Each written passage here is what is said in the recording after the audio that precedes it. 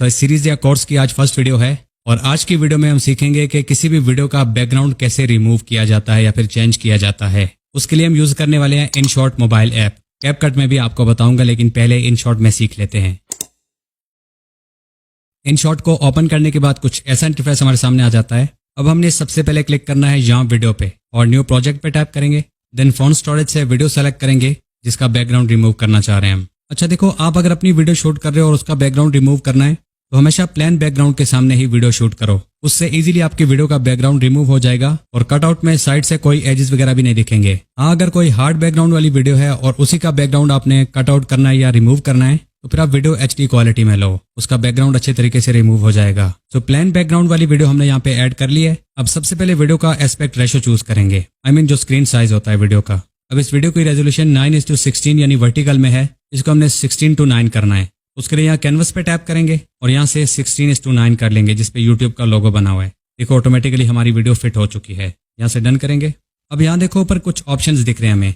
यहाँ से हमने स्वाइप लेफ्ट करना है और कटआउट में आ जाना है। ये रहा कटआउट, इस पे टैप करते हैं और यहाँ से क्रोमा भी सेलेक्ट कर सकते हैं, लेकिन ऑटोमेटिकली बैकग्राउंड हमने रिमूव करना है सिर्फ एक क्लिक पे, तो उसके लिए कटआउट पे टैप करेंगे।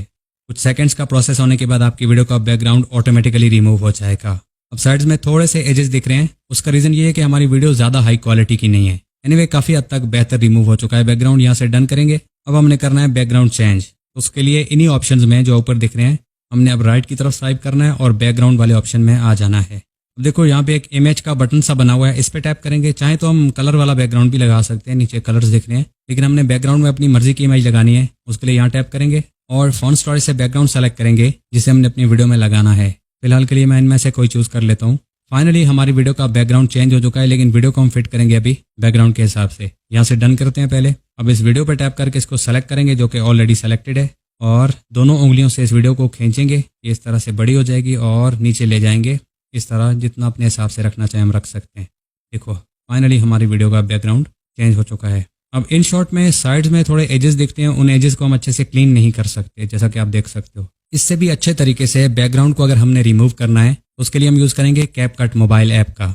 अपने फ़ोन में कैपकट ऐप को ओपन करेंगे और न्यू प्रोजेक्ट पे टैप कर लेंगे। देखो वही वीडियो हमारे पास आ चुकी है, यहाँ से ऐड करेंगे और वीडियो टाइमलाइन में आ चुकी है। अब इस वीडियो पर टैप करके इसको सेलेक्ट करेंगे। अगर सेलेक्टेड नहीं देन नीचे इन ऑप्शंस में लेफ्ट स्वाइप करेंगे और रिमूव BG वाले ऑप्शन पे क्लिक कर लेंगे। देन ऑटो रिमूवल पे क्लिक करो। देखो भाई हमारी वीडियो का बैकग्राउंड रिमूव हो चुका है और InShot से काफ़ी अच्छे